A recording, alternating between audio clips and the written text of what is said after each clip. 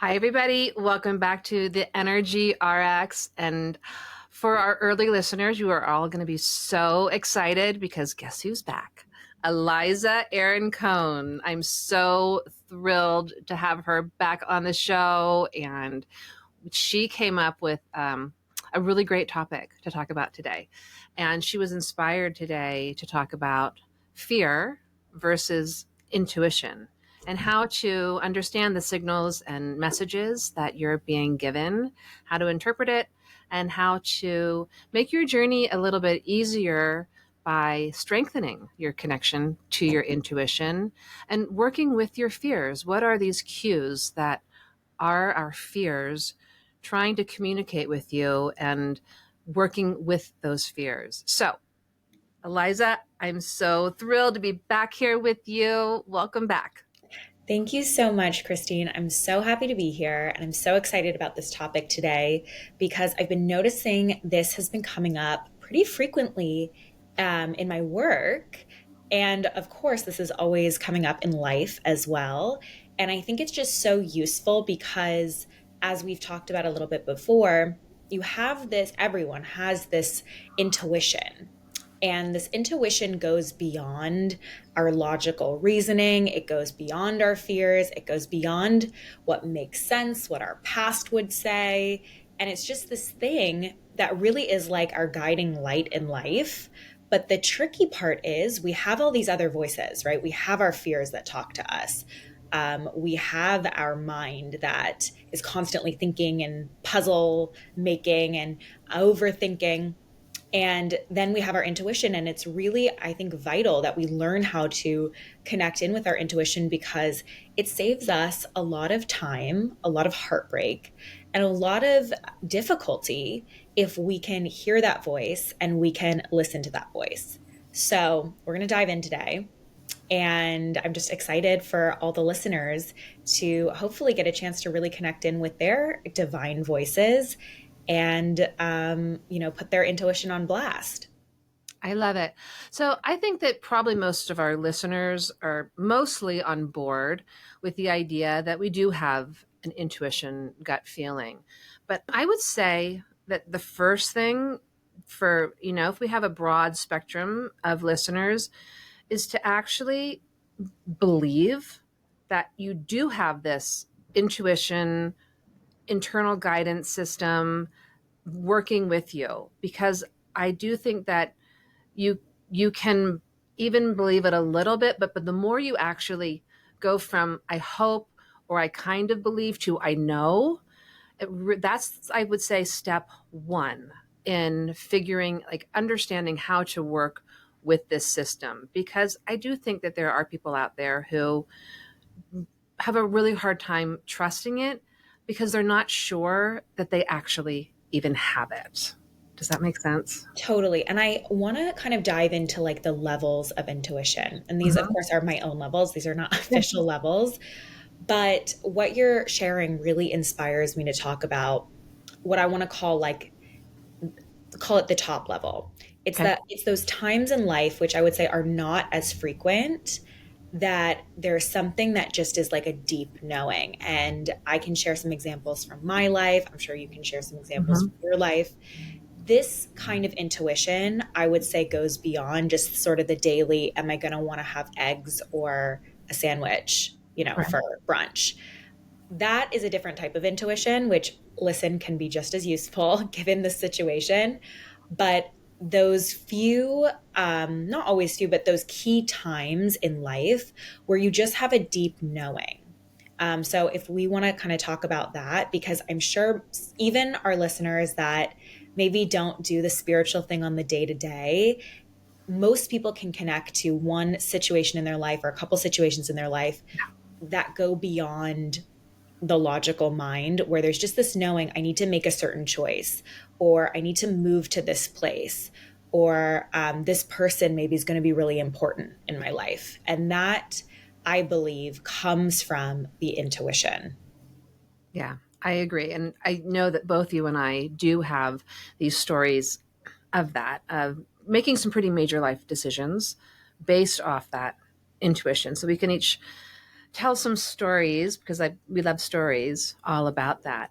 I think we should talk a little bit about also this difference between I'm getting this signal, this message from my intuition, or I'm getting this signal from my logical mind, or this is a fear. This is fear talking to me. So, do you have a way that you would describe the three, like I'm receiving this information from fear, I'm receiving this information from my logical mind, I'm receiving this information from intuition? Absolutely. And sometimes those voices can sound really similar. So I think Mm-hmm. it's completely natural for us to question which voice is it coming from.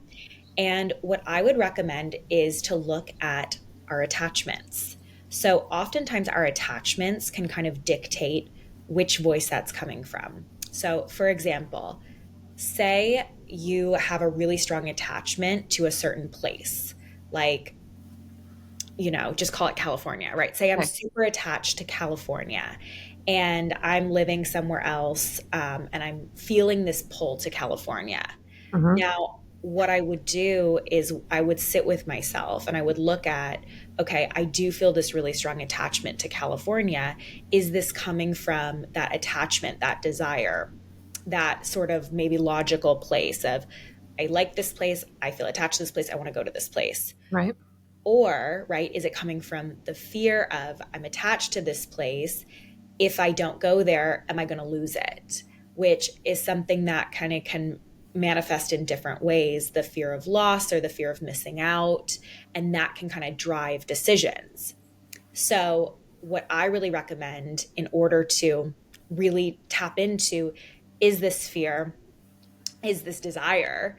Is this, intuition, is to get to a place personally where those attachments can be either really quiet, or if you can get to a place of releasing, that's amazing. That definitely takes practice. And then what's great is you can ask for signs for confirmation. And say you're someone who maybe doesn't work as much with signs and signals, that's okay too. Mm-hmm. Sometimes that sign will just come from yourself. It doesn't need to be, a song comes on at the grocery store like California Dreamin'. Right. You might just need to release your attachments and then create a period of just waiting. And in that waiting period, you'll feel you and we'll talk about what those feeling centers are, because I do believe that they can be different for different people. I feel things personally strong in my gut. Like I'll have a gut sense. Now, I've worked with people who have a really strong heart sense. It's like their heart will start to speak to them. Sometimes it's the third eye. Sometimes, it can be a combination of all three. So, I also recommend that people really kind of get to know themselves and reflect back on decisions that they've made in their life, things that have really worked out for them. Well, where did that decision start? So, for me, it always goes in the gut. Like I just have a gut sense, go or not to go to a Mm-hmm. place, or make this decision, don't make this decision. But sometimes I have to really work with the energy, do these checks and balances, check in with myself, check in with my attachments, maybe process some of the attachments before I can get to a really clear place where it's not like my windshield is foggy with other influences coming in.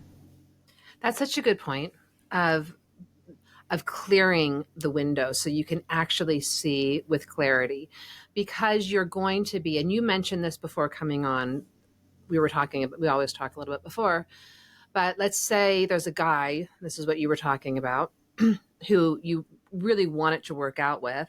You may find those synchronicities and signs because you're attached to that. So that letting go of the attachments, I think, is really important. This is so key. And I just think this is so beneficial because this is something I've been through in my own journey. And Yeah. I've worked with tons of people who have come to me and said, okay, and we always want to talk about relationships because relationships are what kind of keep the world going around. Yeah. And they're the things that help us grow the most. So oftentimes I'll get a client who comes to me and says, I'm in this relationship. It's a bit unclear where it's going to go. Mhm. But I got this sign, right? I love, for me, I love music. So I'm going to keep using the music example. Like, I Okay. got this sign, I heard our song, I was at Target. Does this mean that we're going to get married? Great question. I'm not here to say yes, I'm not here to say no. But what I have noticed is that when we're really attached to an outcome, so say that client is really attached to the relationship working out, Right. it creates like we are such big time manifestors. You can manifest signs and signals. So now I'm sure you're going to be like, now this is very confusing, right? You're Yeah. telling me to look for signs and signals, but now you're telling me we can manifest signs and signals. I'm going to get into that, but it really does come from the attachments. So if you're attached to an outcome, you can absolutely create and manifest signs and signals. I've certainly done it in my life. Also, say we are using the example of the relationship. If one party is thinking about the relationship, likely the other party is also thinking about the relationship. So even if both parties are not on the same page, they might both be processing the relationship because it's top of mind for both individuals. Mhm. That creates a channel between the two individuals. And synchronicities can happen through that channel. Yeah. All sorts of wonders can be created. So, the way to really check and balance, is this a sign from the spirit world, or am I manifesting what I want? Which I think it's great when we manifest what we want. I'm all for creating the life that you desire, is really to check in with our attachments. And we as human beings are naturally so attached to different things. Like we're just like attached creatures, and it's something that we I encourage people to really evolve through, because attachments can also keep us really stuck in something that's dysfunctional and not working, and keep us, from those doors that want to open for us, that are going to work out for us and bring us to our best and most successful lives. Yeah. So talking about attachments and intuition and fears inspires me to tell the story about our move 17 years ago now ish. So, like listening to your intuition, because sometimes here's what I think is your internal guidance system will come in and bring you strong signals, bring you strong messages because you're meant to be. Maybe you are supposed to make a move. You are, there's something that's supposed to really shift in your life. And you're going to get to that place, but it can happen kind of easier or it'll be a more difficult journey based on, am I following my intuition or not? And it can be scary. So my own personal story with like intuition and fears all wrapped up, logical mind all wrapped up together, was about 17 years ago. We were living in Thousand Oaks, California. Great house, great neighborhood, great friends, great schools. Like everything was smooth sailing, going amazing. And separately, my husband and I each got this incredibly strong pull and sense to move from California to Salt Lake City. And it was just out of nowhere, this energy, this like idea came in. There wasn't anything beneath it because things were going, we weren't trying to get away from someone or something, a situation. It was just like we both felt that was the right, we were supposed to do that. But then our logical minds came in and all of the things, all of the reasons, like why would we do that? We have all these things are going so smoothly and going so well. We shouldn't do that. Well, then about 8 months after this, we kind of decided, no, we're staying here. We had a lot of conversations about it. That was like 2009, I guess. That was when 2008, 2009, like everything started crashing. Our house like radically dropped in value. Like had we sold our house when we had that knowing and that intuition and didn't let our logical minds totally shift everything and like stop that momentum, like it would have been, the move would have been like a lot easier of a move. We would have been in a better situation making the move. We were destined to go to Salt Lake City, and it could have been just a lot easier. And then making that move ended up being like more challenging. I was alone in the house with three kids when John was living in Salt Lake City trying to show a house, and there was just a lot going on. Like in the neighborhood, there was issues with like spraying up in the neighborhood, and then it got kind of scary. Like, oh my gosh, are we going to go underwater in the house? And anyhow, we were both kicking ourselves later. Like we knew we both knew separately. And he's not, if you've been following the podcast, John's like way more science. But even he would say, like, deep down, I knew we were supposed to go, and I reasoned myself out of doing that. So that's just a little story of hopefully it saves someone else when you, and maybe it's even mirrored by your partner or a close friend, or you're getting the same strong message. Maybe a good idea to really lean into that. I love that story. You've shared that story with me Mm-hmm. offline, and it truly has inspired me, over the years. And I always remember that story. And it reminds me, honestly, of a concept that Spirit has shared with me over the years. And it's about these tower moments, right? And the tower in the Mm. tarot deck is basically a collapse, right? It's a collapse of an old reality. And well, I love those cards because it's also sort of a rebirth card. And that's how I Yeah. look at it. But what Spirit has shared with me is that the tower, eventually falls, right? If we're meant to change our reality, it's going to happen. Like destiny is going to come in and shift that. But we do oftentimes get these really strong knowings, these intuitions, if we don't act on them, right? Because we are fearful, or we do have these attachments, like we're attached to our life, right? You were Yeah. probably attached to this great neighborhood and the I, community and your house school, and friends, all those school. things, so attached. You're so attached, which is normal. Like, I would be concerned if we didn't love our friends Yeah. and we didn't love our communities. But if we're meant to, and we know on a soul level, we're meant to shift our reality, we get these opportunities.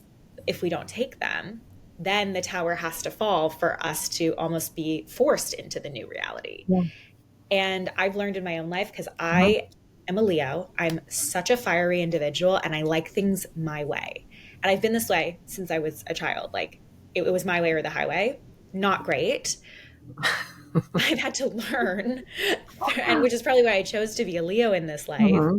that my way is actually not always the best way. And I've created a lot of situations in my life where it's been just an uphill battle and going against brick walls, because at the end of the day, like the energy of the universe is a lot stronger than my personal energy.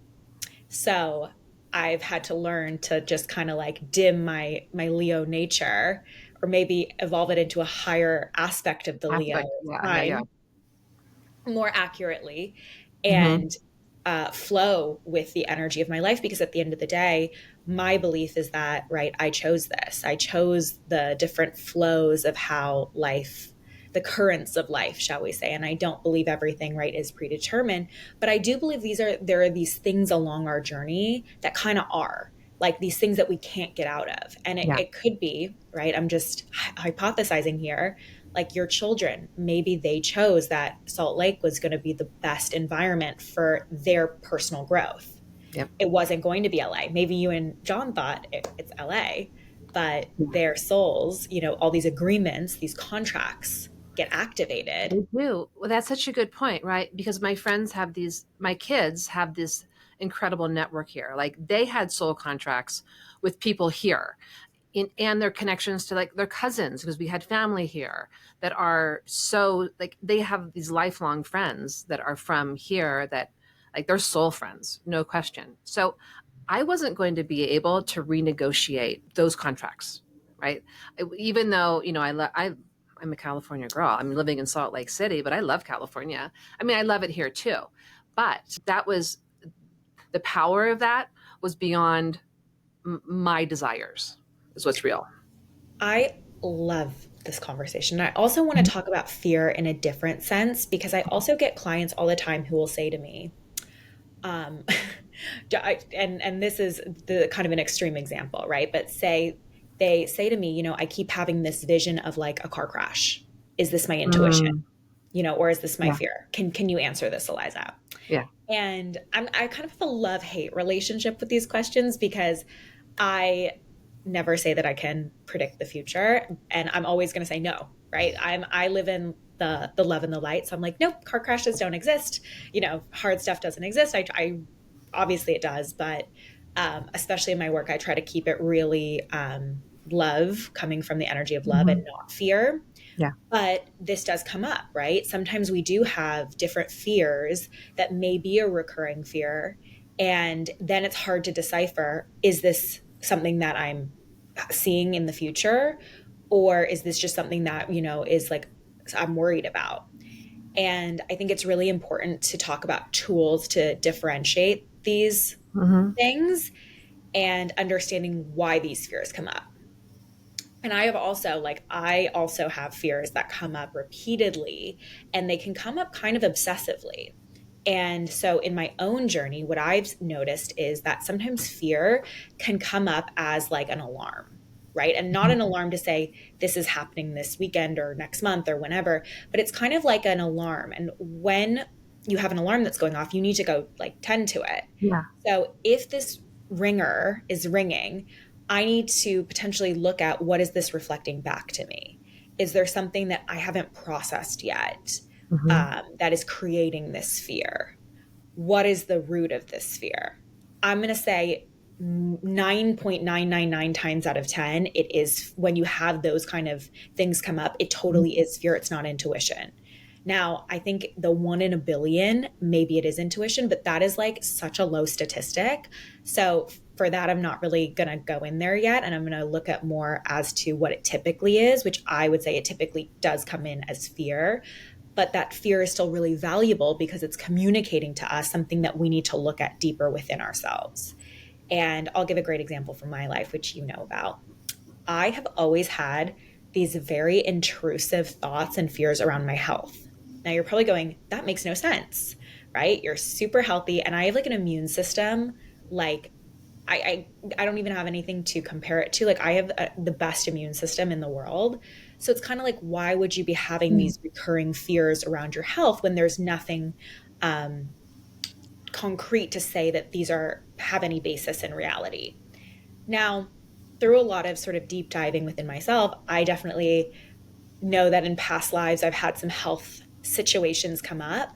There's still some cellular resonance in my being that Hmm. I am in the process of evolving and shifting through. And it's come up a lot recently, which I look at as great. I mean, it's not comfortable for me to experience. It's actually quite difficult. I feel like I'm going crazy half the time, but it means that I'm in a place in my life where I can now shift this and no longer attach with these things that are likely coming in from past lives and from maybe even working with people who've had these things in their life. I'm absorbing some of their energy, et cetera, et cetera, et cetera. So love to get your thoughts and feelings Yeah.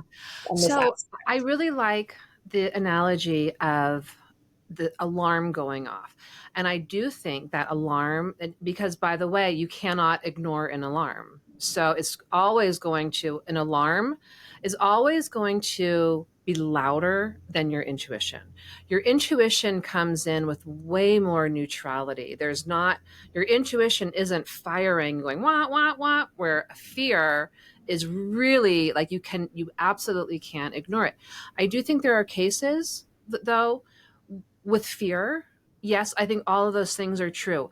And I also see that you can almost have like, say, like it's like a faulty fire alarm in your kitchen, that if like it just is so sensitive that if a little smoke gets in, it just goes off.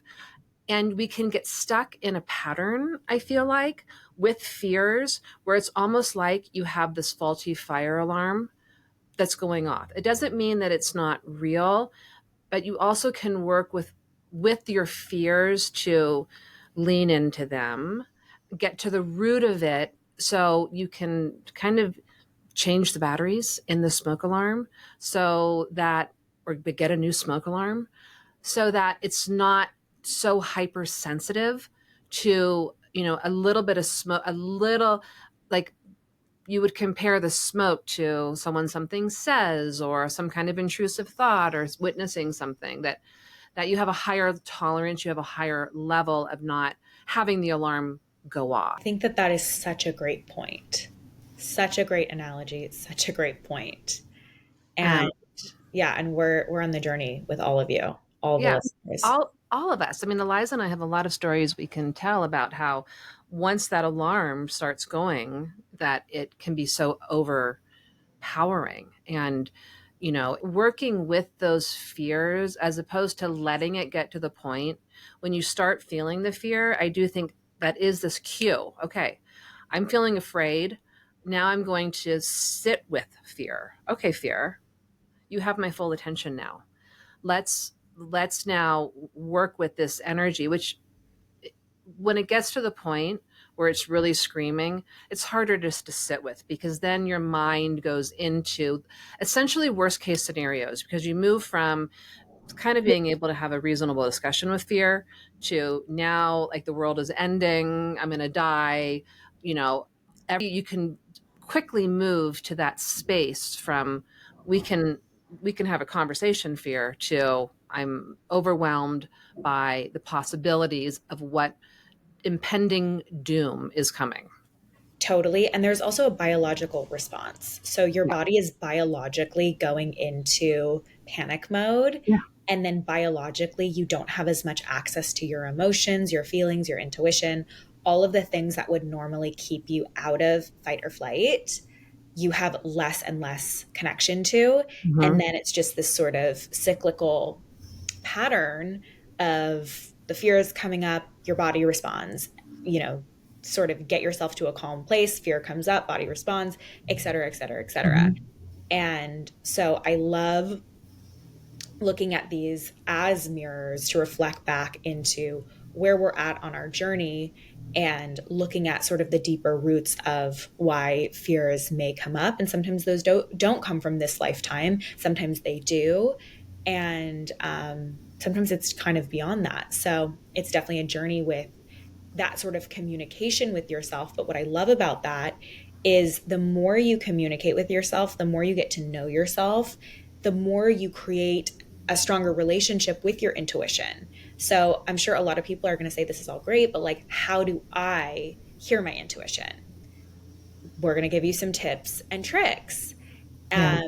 And I would say the best course of action is to really get to know yourself. So you can play fun games even with your intuition. I love sort of doing games around food. I love to eat. I love eating in alignment with my intuition because there's nothing more fulfilling than eating something that just feels so satisfactory and Mm-hmm. exactly what you wanted versus I'm sure everyone can relate to when you get something, you order something in a restaurant and it's just not good. Like it's not hitting the spot. It's not giving you what you need, doesn't feel good. So I love playing games with myself and say, okay, right, it's breakfast. Where do I feel called to go? Do I feel like I want some toast? Is my intuition telling me toast is going to be the best thing for me? Is it eggs? Is it, whatever? And that can be a really fun way to develop this muscle. And before you know it, you'll just know, okay, great. I need this, this, and this throughout the day. Well, that can, correlate to what you need in life, right? Maybe you need a banana in the morning, but you also need, to meet a new friend, and you just feel called to go to the gym on an hour in a day that you don't normally go. And actually, I have a great story about this. Can I share this? Absolutely. So, we're cycling back a few years ago. I had just got back to LA. I was doing my LA lifestyle. I'd left New York and I had not been living in LA in like probably 10 years. So I really had very limited access to Hawaii for a lot of years. Hawaii is probably the most convenient off the West Coast. I was living on the East Coast. It made no sense to go to Hawaii. Right. I got back to LA. I was, still in that building phase of my finances and my life. So it really didn't make sense for me to go to Hawaii. Like it was probably not a foolish decision, but like not maybe the most responsible decision. Mm-hmm.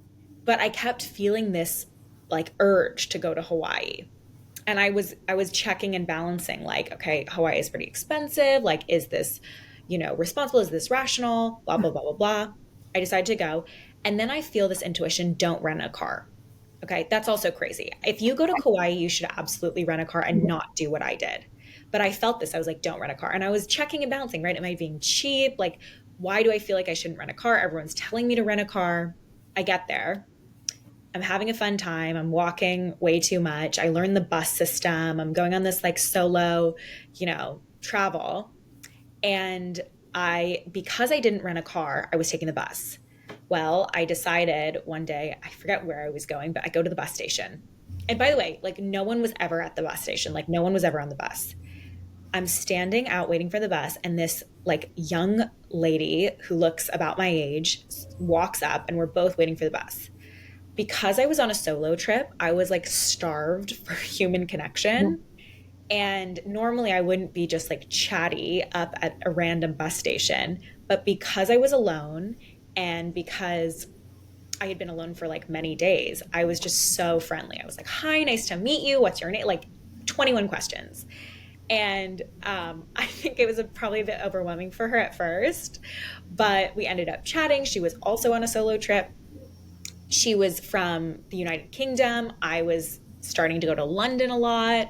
It was just this like amazing synchronicity. We ended up hanging out together for like a bit. We went to this other beach and then we had to part ways, but we connected on Instagram. Coincidentally, she was going to be in New York some months later, and I was coincidentally going to be back in New York at the same time. And we agreed, like, maybe we should meet up. I also think it can be quite difficult to make friends as an adult. So I was like excited. I was like, this is a new friend. We met up in New York. We had a great time. We realized we had a lot in common. She's super spiritual, super smart. And then coincidentally, I was in London some months later. And we have since developed like an amazing friendship. And, I count her as one of like my tribe. And had I not rented a car and had I not listened to my intuition to go to Hawaii, I never would have met her. Yes, it was a predestined meeting. You both had to be in Hawaii at the bus station. You were supposed to be friends. You were supposed to find each other. And I do think I love that story. You trusted it. You listened to it, and you had this prearranged soul contract with her for whatever reason. And by the way, the friendship is continues. So you have no idea even the deeper meanings of this relationship with her. I love that story. Yeah. And that's the first time I've heard that. I didn't know that story. Hmm. Yeah, I spent my birthday with her this year. She's become a dear friend of mine, and it's so wild too because we have so much in common, and you Oh, would have never you had known. facials on your birthday, right? Did you have facials together? No, no, no. I met her after the facial. Okay. I did have an excellent facial on my birthday. I do remember that. I do remember that. Um, okay, that's a great story. I want to circle back just for a minute. I want to dive into intuition and how to develop it even more because it is a muscle. Like I feel like I view it in the same way as like building muscles. So in like thinking of your intuition like that, but I just want to kind of wrap up fear a little bit more because just recognizing when this is fear, when this is intuition, what's coming in. Fear can also, I would say, feel very restrictive in your body. So when you're having a fear and you're checking in with your body, Eliza was mentioning, oh, when I'm having is a gut feeling. That gut feeling is not painful. There's more of an openness to it, where a fear is going to feel more when you're having a message, a signal, some that come in. Fear is going to feel uncomfortable in your body. You may have heart palpitations. You may have, shallow breathing. You may have a pang in your stomach. You may feel nauseous. You may feel like I'm going to have diarrhea. Like you have all of these uncomfortable feelings in your body when it's fear. And intuition doesn't communicate with you at that level. Intuition comes in with more neutrality. And when you feel that intuition in your body, there will be no discomfort associated with an intuition versus fear. So if you're wondering, is this feeling that I'm having fear or intuition? Think about do you feel open or do you feel closed? I mean, that would be a very simple way to distill it down. But I just don't want you to be confused about if you have those overwhelming constrictive feelings, is this intuition? Because I don't think intuition works that way. I love that you're mentioning this because I think that the physical sensations are such a good differentiator. Mm-hmm. And I couldn't agree with you more. I'd love to share another story that just I was reminded of. And I think Yeah. I've told you this story too about fear and intuition and also kind of how the two can play together, Hmm. because likely there are going to be situations in your lives where you might feel an intuition and you take a step towards, a different reality, and then fear happens, right? You feel like, oh my God, did I make the right decision? Did I make the wrong decision? And then you doubt yourself. And I think Hmm. that that's something that I've noticed too in my own life, in friends' lives, and people that I've worked with lives. We naturally have this, I think, because we have all these elements that are communicating with each other, we also have doubt there because it's not just one voice in our head. So I have a great story that I think will exemplify how we can work with all of these different voices and then ultimately land in our intuition. And that comes from my summer in London. I was going to a neighborhood yoga class consistently, and it was a very quick walk. It was like a 10-minute walk from my flat. And I would go every day. So I was very, comfortable with this walk. I wake up one morning and I just have this feeling like, you know what? I need to disconnect from my phone. I'm going to put my phone down. I'm going to go to yoga without my maps. Like I surely know how to get there at this point. And it was this intuition to leave my phone. And I really felt it. And as you Hmm. guys may or may not know, my connection with spirit, it's strong at this point. So when I feel something, I go with it. Yeah. And then I get frustrated with them later sometimes. But um, I go to yoga, I get there no problem. I go take the class after class. I'm, of course, like sweaty and gross and starving and thirsty and like all the things. And I just want to get home. I start walking home. And I don't know how this could possibly happen, but I get so lost. And now I'm in an area that doesn't even look familiar whatsoever. I'm like, I don't know how I got here. I feel like I've been walking for 30 minutes. I'm sweaty. I'm like wet. I'm cold. It's like my worst nightmare. And Christine knows that for me, after I work out, it's like I need food immediately. So I was kind of getting into that nightmare energy and I started getting really frustrated with spirit. I was like, I felt this intuition to leave my phone at home. And now look, I'm like lost and in this mess. And I felt this feeling of like, okay, well, just ask someone for directions. So I see a woman, she's like with a stroller. I ask her for directions. I'm like, oh, do you know how to get to the main road? She tells me to turn right. Now, in my head, I was like, this doesn't make any sense. I probably need to turn left. But I listened to her. I was like, I'm going to turn right. I get even more lost. I'm more frustrated. I'm more doubting myself. I come across another person. I say, do you know how to get to the main road? And they're like, no, sorry, I have no idea. I'm like, okay, perfect. Even more lost. And at this point, I'm like ready to scream. And I hear this voice, which is the voice of spirit, which maybe not everyone's going to hear, but you might feel it. You might sense it. And it was this voice that says to me, do you believe that you're going to get home? And I was like, yes, I know. I know that I'm going to get home. Hmm. Even if I'm lost, I know that I'm going to get home. Even if it takes me 45 minutes, I know that I'm going to get home. After that, I see another person. I ask, do you know how to get to the main road? And she's like, yes, of course. You just kind of like turn up here and then go around the circle and blah, blah, blah, blah, blah. I walk for like 3 minutes. I am somehow magically at my flat. Like, I don't know which, route I took, but I am magically at my flat. I go inside, I check my phone, and somehow it's really not taken me that much longer to get home from yoga. In fact, I think it took me about the same amount of time. I don't know how this is possible because it felt like it took me an hour. Right. And I feel this feeling and I get this feeling of like, basically sometimes when you think you're the most lost, you're actually you're on the route that you're meant to be on. Yeah. You're on the direct Yeah. route. You're almost there. You're almost there.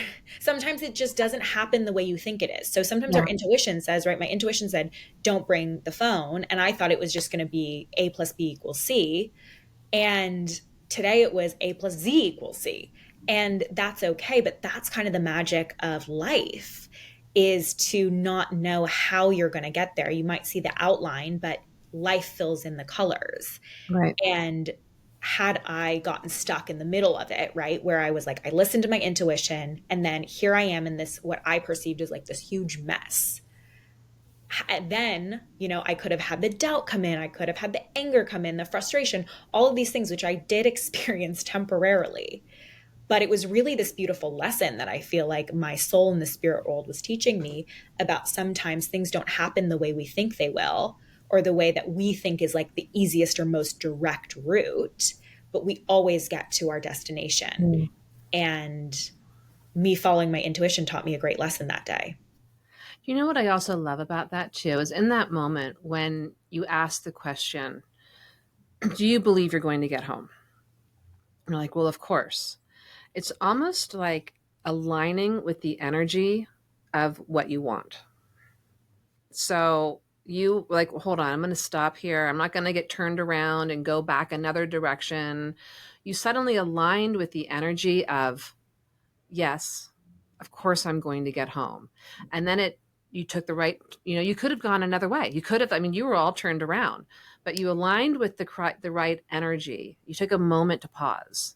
And I think that's a really important piece also is even like this was a very small example of, okay, I'm lost in a city and I'm trying to get home, but it can also be I'm lost with what direction to take in my life. This thing has happened. Which way do I go? Kind of aligning with that future of what you feel like where you really want to be going or really what you want to be doing, sort of aligning with that energy so that you can more bring that reality, that future reality to your current life. Oh, I love that. And that really brings up the concept of trust, right? And Mhm. do we trust ourselves and do we trust whatever our higher power is, right? And I'm not here to say it should be this or it should be that, but whatever your compass is, right? If your compass is just yourself, it's your soul, great. If your compass is a higher power, is the spirit world, great. But it's reframing because I think also life is really messy a lot of times. Mhm. And when we go through situations that are difficult and messy and complicated, it can break down our trust with ourselves. And it can also Mhm. break down our trust with our experience of life and the human experience.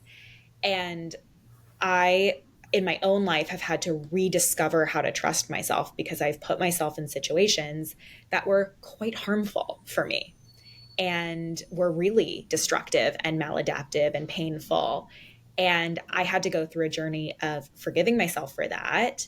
When you know better, you do better, and not consistently punishing myself for choices that I'd made in the past based on someone who I was back then. And I've learned to let me be clear, I'm starting to learn how to have compassion for that version of myself and learn how to rebuild this trust that maybe we never even really had before and move on from those experiences.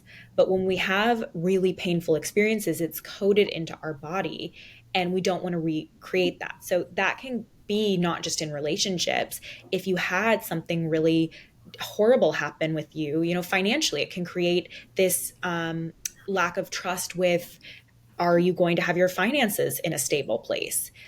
But if we don't seek to rebuild this and we don't seek to build this in a way that we would want, then it's exactly what you're saying. It's like then we're creating a framework and a reality that gives us a destination that we don't want. Yeah. So I really encourage everyone to go on that journey of forgiving the human experience, forgiving themselves, maybe forgiving another person, whatever feels in alignment with you and where you're at on your journey, so that you can have that foundation of trust. Because that foundation of trust, I mean, your relationship with your intuition is a relationship.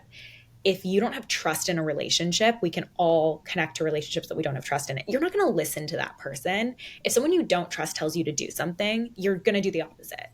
Now, if someone that you super trust, like a best friend or a sibling or a family member, says, okay, I really think this is in your best interest, you are going to do it.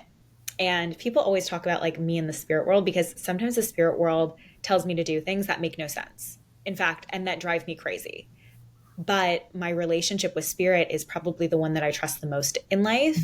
So I listen, even if it's inconvenient and expensive and crazy making, um, because we've built that trust with one another. Yeah. So I have to, with that piece, I have to cut in here. So you all know that this podcast started with, who've been with us since the beginning. This podcast started with the name becoming multidimensional, which Eliza and I started together. And then Spirit started talking to Eliza about all the places in the world that Eliza needed to go. Eliza, I'm going to be in London. I'm going to be in Sweden. Maybe I'm going to Bali for I'm listening to Spirit. And so we have shifted a lot. Eliza now is coming on the Energy RX as like a beautiful, wonderful, like whenever she wants, co-creator here. But Eliza, relationship with Spirit is so powerful that she really listens to, I need to be in these different places and investing my energy in what I'm doing in these different places, because she truly walks the talk.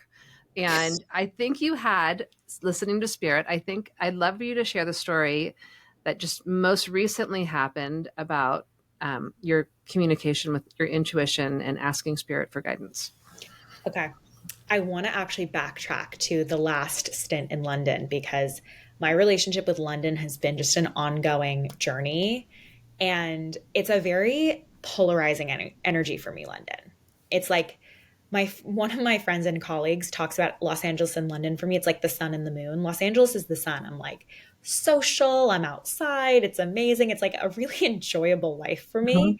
And then I go to London and listen, I have wonderful friends in London. I love aspects of my life in London, but it's a lot of going into the moon side of myself and evolving and going deep. And so it's not necessarily the most like fun times that I have typically had.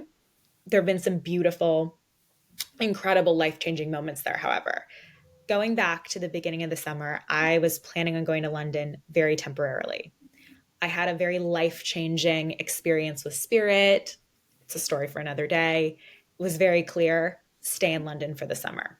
I stayed in London for the summer. It was a hugely growing experience, and it really, the like huge renovation of myself has really come with my relationship with myself. So I needed to literally demolish my old relationship with myself and like build a completely new house. So in that process, again, not comfortable, not easy, huge renovation.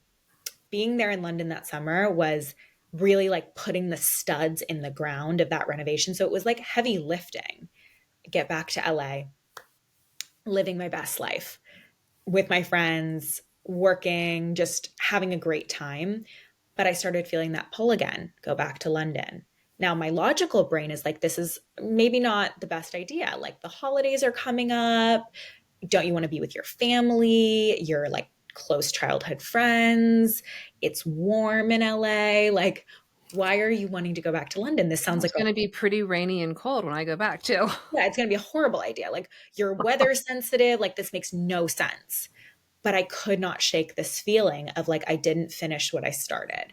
And when I had started to go for the summer, I wanted to stay through the end of the year, but I had some weddings and some things that I really needed to be here for. So I was always supposed to come back to the US, but I had this feeling to go back. And honestly, this experience in London with the yoga studio really was like a teaching moment for me because I Mm-hmm. felt that my route to whatever I was getting in London was not going to be a direct route. It was going to drive me a little bit crazy and it would come with twists and turns. Anyways, I feel the feelings go back to London, go back to London. I'm doubting it because I'm like, I'm living my best life in LA. I finally got to a place where I was like, you know what? Whatever it is, spirit world, it's okay. If it's in my highest good to let go of London now, at least for the time being, and stay in LA and continue building here in LA, I know that you are going to give me the biggest sign ever. It's going to be a sign that I cannot miss. But I was completely unattached. I was like, you know what? Whatever it is, if you tell me it's London, great. I'll get my raincoat on. I'll, have fun at the Christmas markets. And if you tell me LA, great. I will be at the beach and I'll be with my friends. I went to bed and I literally said this in the car. I was driving home and I was like, I know you are going to give me, and I let it go Out loud, you say this. out loud. Mm-hmm. I let it go to Spirit.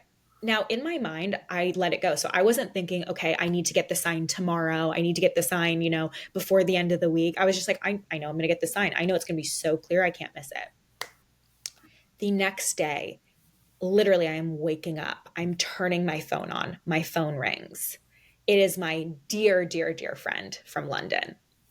He says to me, Eliza, you're going to love me. I found you the best property to rent in London.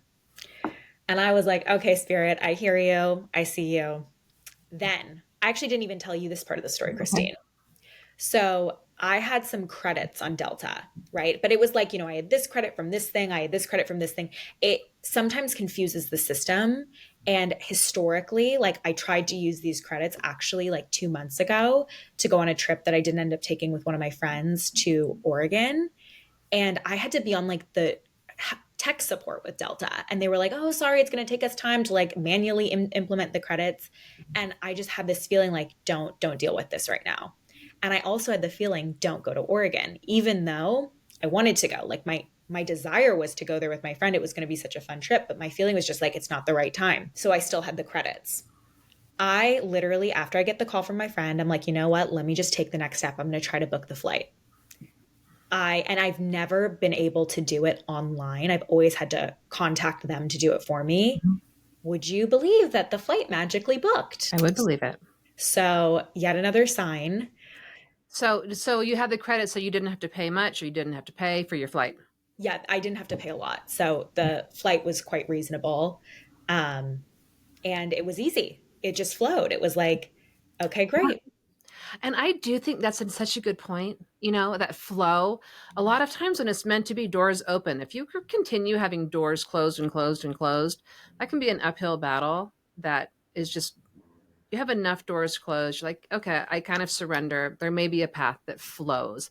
Let me expand out from this narrow definition of the path that I think it is and open up and see all of the different possibilities of where the energy can flow.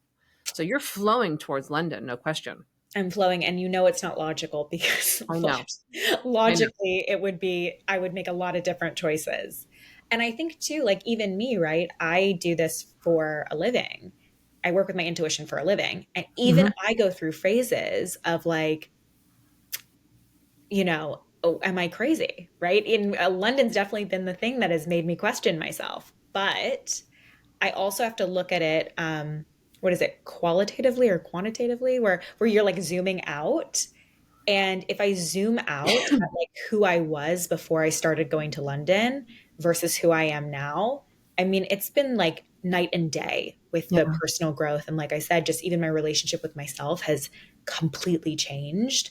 So I'm so grateful for the opportunities. And it's been a wild, beautiful chapter. And I've said to you, Christine, that my next chapter is definitely going to be a little bit more grounded, but I don't know when that's going to start. Yeah, but you're trusting it. You're flowing, you're following it where it's going to lead you. Um so I want to kind of wrap this back up and kind of put a bow on all of this. One, with intuition, like understanding how am I working with my intuition versus fear. I think you can begin the intuition piece with, for me, it's almost a devotion. It's like a daily devotional practice, working with my intuition, because it is building this relationship with yourself that Eliza's talking about, of this deeper and deeper relationship with you, your higher self, your soul. And so, again, like Eliza said, like, what food do I need? Or, maybe you're in the car and you have a certain path that you take somewhere, like small little changes that you can make. Like, do I feel the urge to maybe take a left here and take a little different route? Like, you have no idea. Or just these small little, mm, not insignificant, but choices that don't have a lot of significance to work with to develop that muscle, I think is really helpful. 100%. And I also want to add that it really takes being in the moment, Hmm. because if we're ahead of the moment, right? If I, in the example of looking for my sign, if I was already next week where I'm like, okay, well, I need to make this decision and I need to, start planning my course of action, we oftentimes miss that voice. Or if we're in the past, right? I'm reflecting and obsessing and blah, blah, blah, blah, blah, and dissecting, we miss that voice. So I really do believe that our intuition is connected to the present moment. And that's why I love your example of like taking a different route, because you really need to be present with, okay, what street is coming up? Do I want to turn left? Do I want to turn right? Am I Hmm. feeling, a U-turn or whatever it is? It helps you really get grounded in the present moment and connect in with that voice. Yeah, I agree. That's a really good point of, being present. And I think that's a great skill to sort of always aspire to, not living in your past, not living in your future. The fears typically come in because you're living in the future of of those scenarios. Your present moment typically is like, not always. I mean, there's like some pretty catastrophic things happening around the world. So I'm not going to say your present moment is always okay, but I would say often our present moment um, is okay in the moment. It's the future. So intuition does live and reside in the present moment. I would 100% agree with that. And the small decisions, the small choices we make on a daily basis to realize this is a muscle, that I do, in fact, have an intuition. I do have an internal guidance system that is working with me, is working through me to help me navigate my life from a place of wisdom, from a place of knowing and understanding to the journey my soul wants to go on, and leaning into the trust of that relationship and that ability that I believe each and every one of us has. You have to believe it, and then you have to work with it like any other muscle so it gets stronger and stronger and stronger. And when the fears come in, recognizing them early as, oh, okay, this is a cue. This is a cue for me to pay attention to something before the alarm starts going off, before you are in that heightened place where you just can't, you don't have the ability to have rational thought because the alarm is just too loud at that moment. So leaning into the fear. What is this fear telling me? Do I have a limiting belief around something? Do I have something within myself that is unhealed? Is this a pattern of behavior that is within me that has people have told me certain things about myself or about the world, and I can renegotiate my belief around that aspect of my life, that maybe I don't have to believe those words that someone told me. Maybe I don't have to believe that experience, that there is another way, there is another possibility. And so our fears can illuminate those pieces within us that limit us and hold us back, I think, from living a more expansive, more connected life. So, not being ashamed of having fear because everyone has fear, but rather being conscious about the fear of, okay, fear, we can sit here for a while together. Let's, like, what is this all about? I'm here and I'm listening, and we're going to work to transcend this because it's an opportunity. The fear is an opportunity for growth, is what I would say. Absolutely. I co-sign everything that you just said. So, before we wrap up, Eliza, do you have anything else that you want to add? You've added so much wisdom here. You've given so much beautiful advice. It's just been so fun to chat with you and to talk about this topic. I think it's so fun to pick topics that are currently and personally resonating in Hmm. my life and in the lives of people that I'm connecting with right now. So Yeah. I love it. I just feel like we just sort of peel back the layers with spirit, and hopefully, this has been really helpful for our listeners. And I'm excited to keep coming back as a contributor. I love it so much. My soul sister, it just feels so good to have you here with me. I'm so grateful. For your friendship. I'm so grateful for your wisdom. And I love you being in the space. Ugh, love So, you. Love you. all right, everybody. Thanks for being with us. Till next time. Bye.